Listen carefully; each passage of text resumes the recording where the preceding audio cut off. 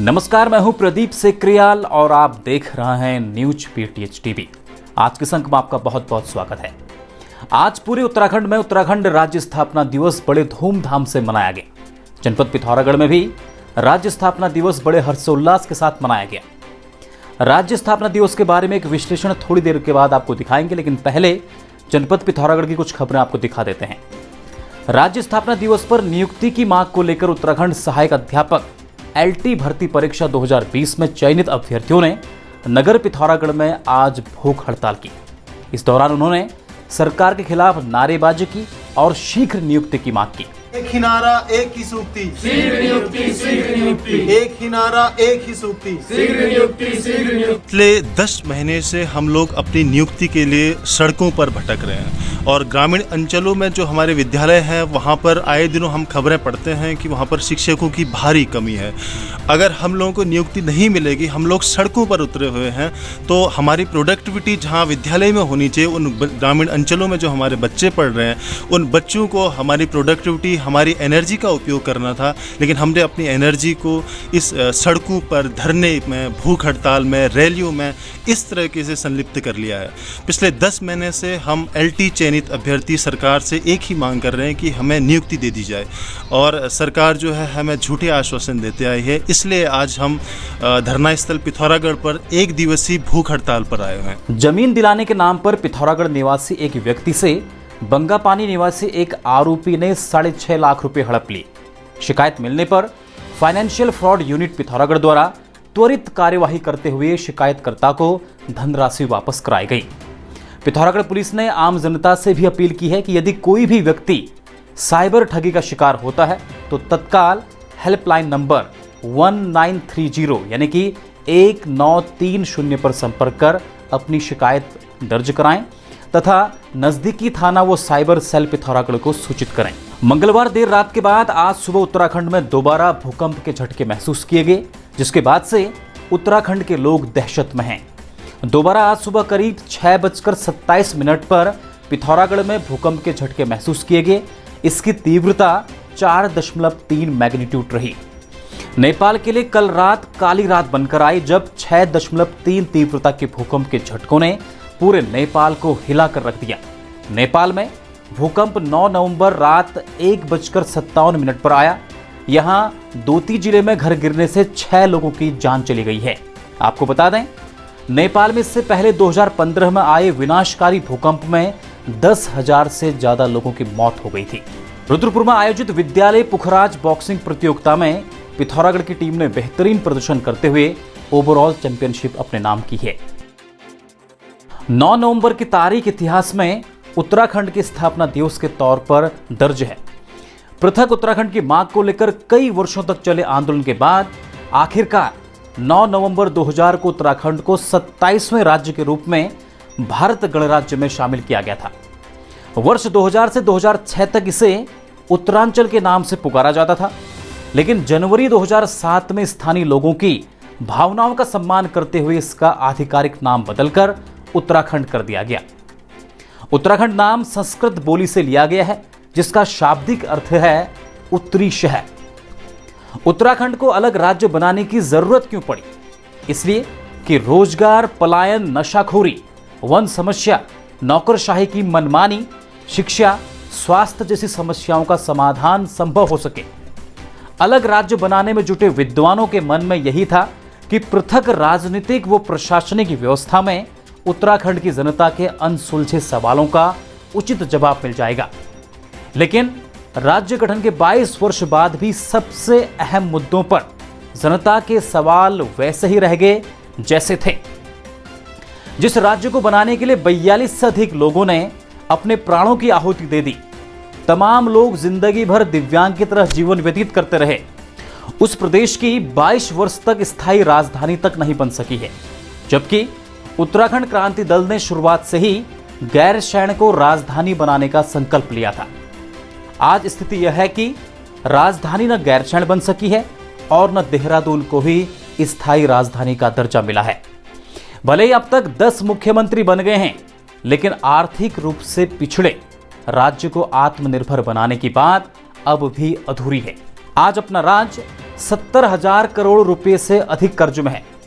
हालांकि उत्तराखंड की अर्थव्यवस्था 22 वर्ष की अवधि में लगभग 18 गुना बड़ा आकार ले चुकी है। छोटे राज्य की इस ऊंची छलांग के बावजूद कड़वी सच्चाई यह है कि विकास और निर्माण कार्यों के लिए अपने संसाधनों से धन जुटाना भारी पड़ रहा है। राज्य के कुल बजट खर्च में वेतन और पेंशन खर्च की हिस्सेदारी लगभग 33% हो चुकी है। ऋण की हालत यह है कि यह कुल जीएसडीपी राज्य सकल घरेलू उत्पाद का 30% से अधिक हो गया है। ऐसे में राज्य के सामने सबसे बड़ी चुनौती आय के संसाधनों में वृद्धि है। आपको बता दें, राज्य बनने के बाद अंतरिम सरकार ने 2001-2002 में पहला वार्षिक बजट 4,505.75 करोड़ का प्रस्तुत किया था।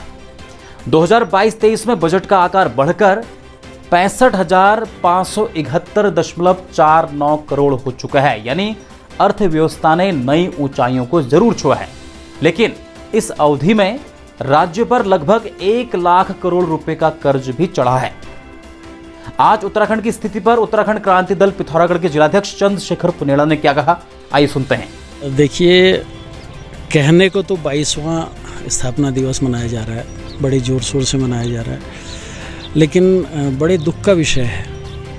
जिस सोच के साथ, जिन अवधारणाओं के साथ हम लोगों ने राज्य आंदोलन किया था, उनका एक भी बिंदु साकार नहीं कर पाई है सरकारें, चाहे कांग्रेस की सरकार हो या भारतीय जनता पार्टी की सरकार हो। मैं एक सिरे से अगर गिनाऊं आपको, शिक्षित बेरोजगारों के रोजगार का मुद्दा है, महिलाओं को के हाथों को काम देने का मुद्दा है, माताओं बहनों की सुरक्षा का मुद्दा है, जल जंगल ज़मीन का मुद्दा है। मुख्य मुद्दा हमारा गैरसैंण राजधानी का मुद्दा था, जिससे उत्तराखंड राज्य का विकास होता, एक विकास केंद्रित होता वहाँ पे। तो इन सारे मुद्दों पे मैं समझता हूँ कि सरकारें कुछ नहीं कर पाई हैं। और दूसरा, ऊर्जा प्रदेश इसको कहा जाता है, तो ऊर्जा प्रदेश की बिजली बाहर जा रही है, बाहर से बिजली यहाँ आके फिर भारी रेटों में, महंगे दरों पे हमको दी जा रही है। ये भी बड़ा दुख का विषय है। आज तक 22 साल होने के बावजूद भी उत्तराखंड की जो परिसंपत्तियाँ उत्तर प्रदेश सरकार के पास हैं, उनको ये लोग रिलीज़ नहीं करवा पाए हैं। यहाँ पे अथाह जल संपदा होने के बावजूद भी यहाँ का जनमानस पानी के लिए भूखा है, पेयजल के लिए प्यासा है। और किसान परेशान हैं। जंगली जानवरों को मैदानी क्षेत्र के जंगलों से लाके, वहाँ के शहरों से लाके यहाँ छोड़ दिया जा रहा है, बंदरों को छोड़ दिया जा रहा है, तमाम फसलें तबाह कर दी जा रही हैं। पलायन को रोकने की दिशा में इन्होंने कुछ नहीं किया है। तो कुल मिला के मैं तो इसको खाली ढकोसला समझता हूँ।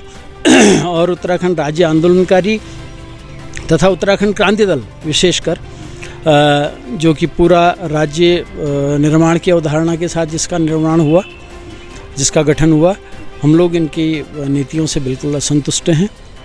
और रही बात 22वां स्थापना दिवस मनाने की, तो जिला प्रशासन ने हमें भी आमंत्रित किया था, लिखित रूप से पत्र दिया था, और उसके बाद उनके कार्यालय से भी बार बार फ़ोन आ रहे थे कि आप लोग सर आइए, आप सादर आमंत्रित हैं। हम लोग गए वहाँ पे, तो